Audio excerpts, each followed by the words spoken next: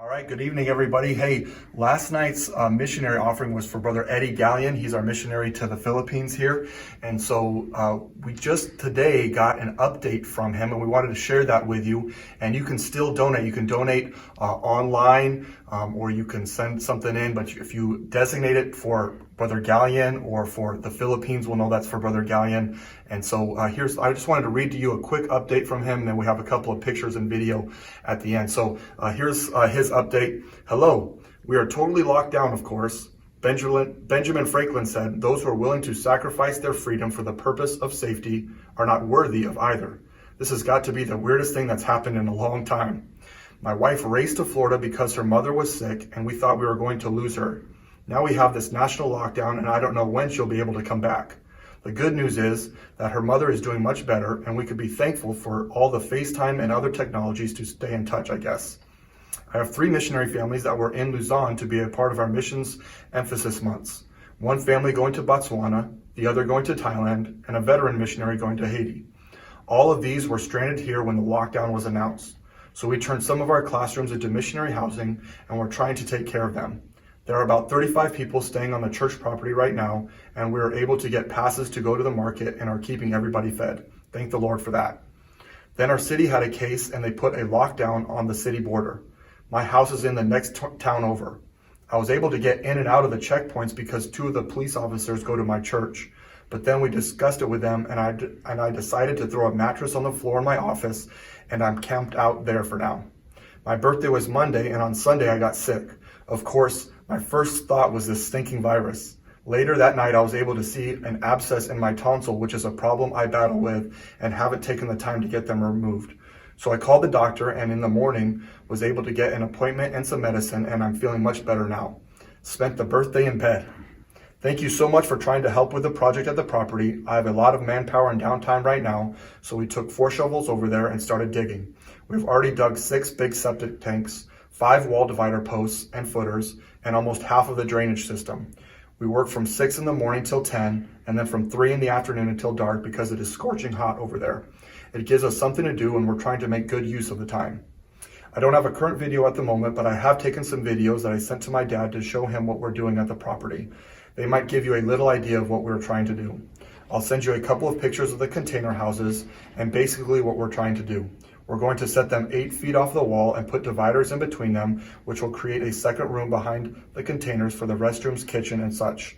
I appreciate your faithfulness and friendship. Thank you so much, Brother Eddie Galyean. And we've got a short video of that property where he's going to be putting those containers and building right now. And so if you would please just pray for them during this time. And if you could, anything that you give to Brother Galyean will go towards this. Well, this is the progress while I've been sick. They have a shade there because they're digging the drainage. I can't get real close to it, but I think you can see it. It goes down the edge. It's 2 hollow blocks deep all the way to the end. And then right here, that's what we're figuring now, coming out here will be a sidewalk and another drainage. And it's probably not the best picture in the world. That first 2 containers there can be dorms, and they can share the back area. And then you have a second one. There's the post. A third one, and then a 4th and 5th. And there's the septic tank. So it's coming together. The next thing is from that drainage over out here, we'll build a drainage, which is also a sidewalk, and then another one coming down this wall, going to the back. But that's where it sets today. Good evening. I hope you enjoyed that little update on Eddie Galyean. We hope to have that for you Wednesday night, and weren't able to communicate quickly enough. Things are pretty awkward there for them in the Philippines. But I do want us to keep our heart on others.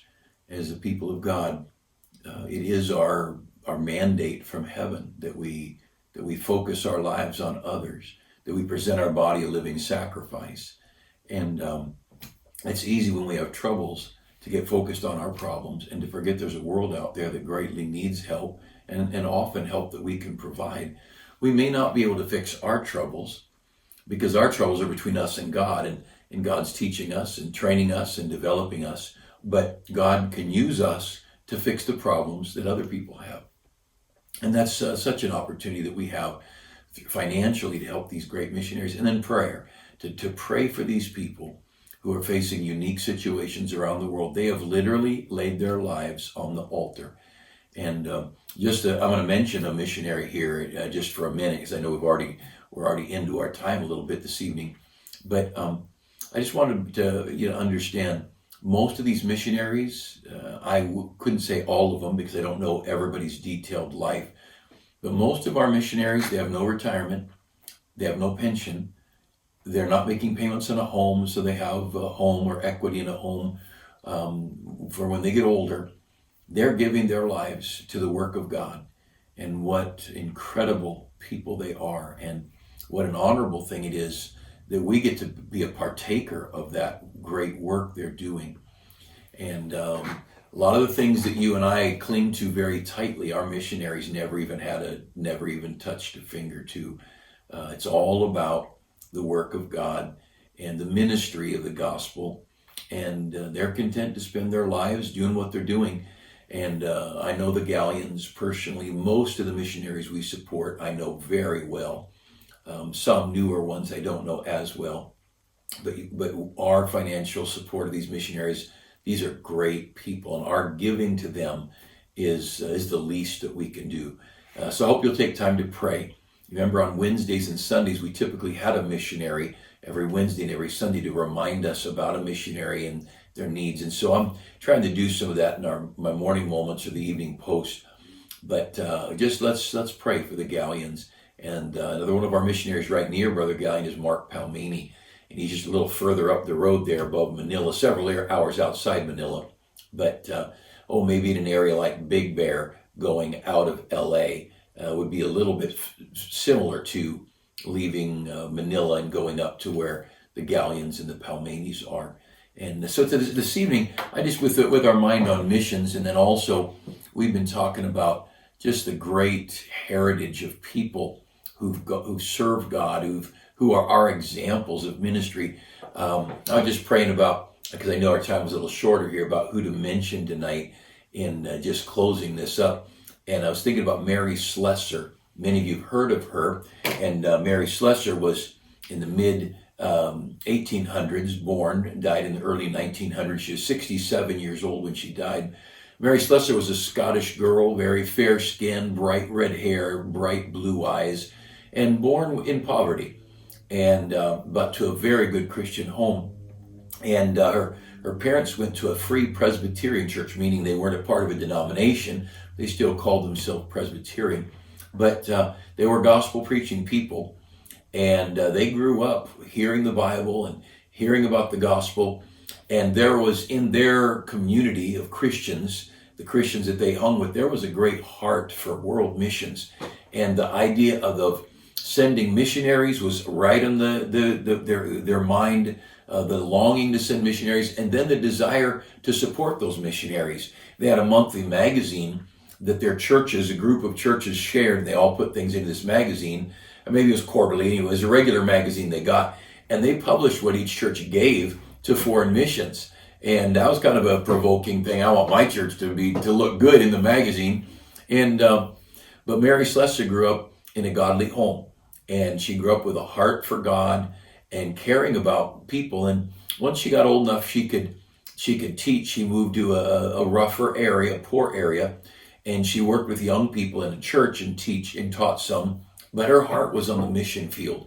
And she would hear stories. David Livingstone's writings were coming back from Africa. And the heart of young people was being touched by stories like David Livingstone and other missionaries who were seeing God do great things among the people in different countries in Africa. And the value of us as parents reading these missionary stories and telling our kids about them. I mean, these Wednesday and Sunday mission stories, our kids need to hear about missionaries today who are really doing things today. Let's keep up with our missionaries, because it's hearing these stories coming back from the mission field is what touches people's hearts, so they too go. And Mary Slessor was no different. She never married. Single lady, she just was burdened about the mission field. She packed up and went to Nigeria. At the time, it was a place called Calabar, and she was called, if you there's a lot of books about Mary Slessor. As we get closer and closer to our era, you can find more books about the people we'll talk about. But one of the books is Mary Slessor, the White Queen of Calabar. And Mary Slessor was an interesting gal because there were a lot of missionaries. The mission there in Nigeria that she was affiliated with had been there about 40 years. And so it was maybe not quite 40 years, but a lot of these things I talk about in the evening, they're off the top of my head. So if you want the facts, go read it, okay? But I just want to whet your appetite for people in history and for the people. What a noble heritage we have in Christ. And I love my heritage in these great Christians and the great Americans. And I think our young people ought to grow up with this. One of the things our Christian school does and our Sunday school is we lift up the great work that God has done in the lives of great Americans and great Christians throughout history.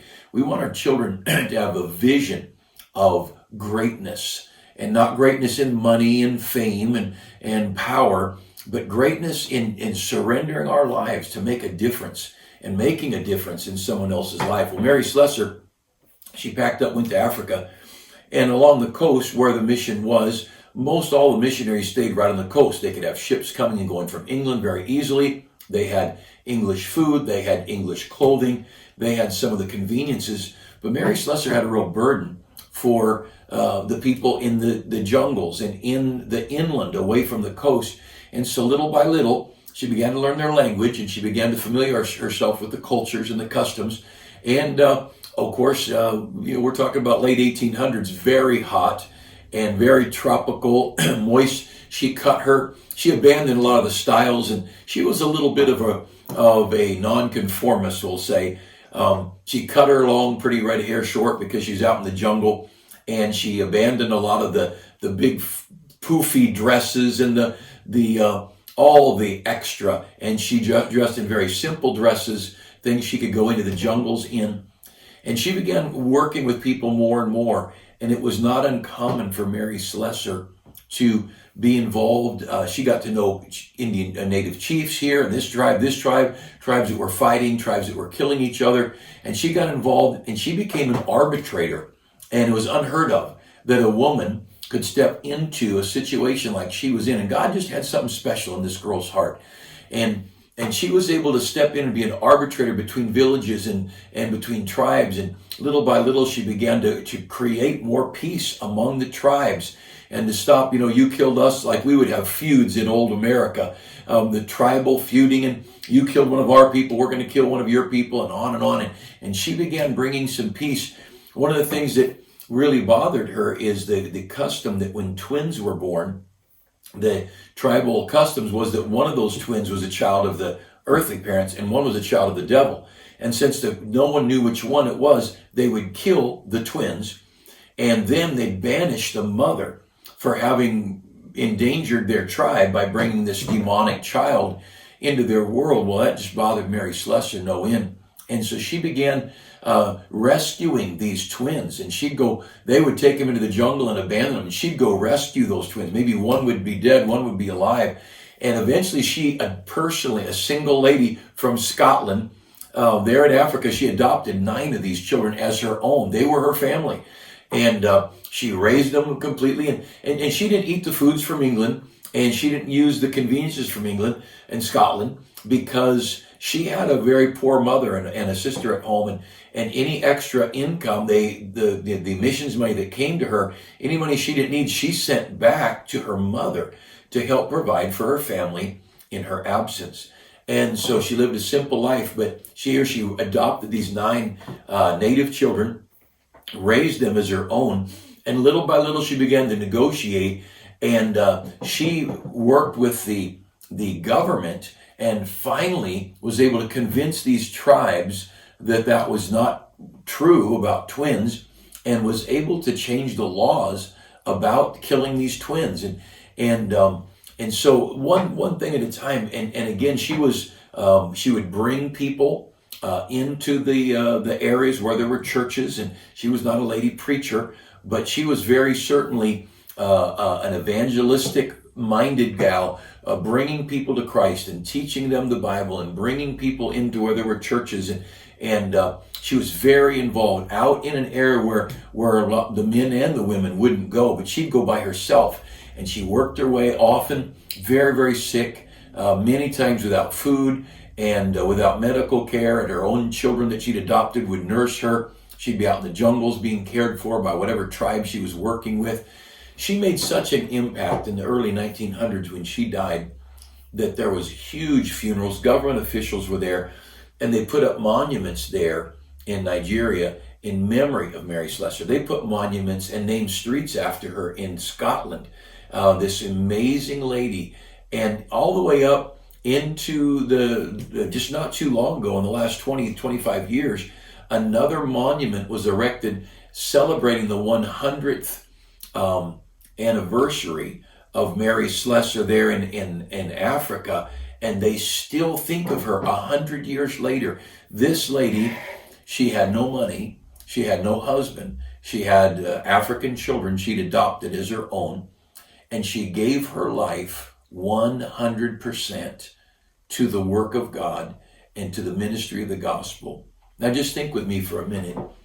Our children, my children and your children, they grow up. What do we want them to have? We want them to be comfortable. She wasn't. We want them to have financial security. She didn't. We want them to have homes of their own and a spouse and children. She didn't have any of those things. We want them to be secure and stable and safe in a country that is a safe country. And she had none of those things. You know, the main things we want for our children, most of our heroes didn't have. And most of the things that we would wish for our children to have, they got along without those things. This Mary Slessor, one day our children will walk the same golden streets as Mary Slessor. And I want for my children, and I want for our children in our church, I want our children to have a heart for God and to have a heart for the things of God and to have a heart that would say, you know what, eternal things are more important than temporal things. And so we've got to keep these missionaries, the old stories of amazing missionaries, we've got to keep them fresh to our children. Get their biographies, read them. You can get children's versions of Mary Slessor's life and read it to your children.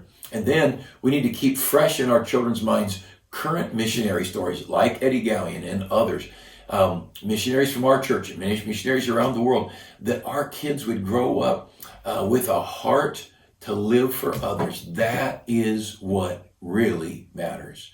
Our pastor in Redding, he used to say over and over, only one life will soon be passed. Only what's done for Christ will last. Let's keep our heart fresh towards the work of world's missions.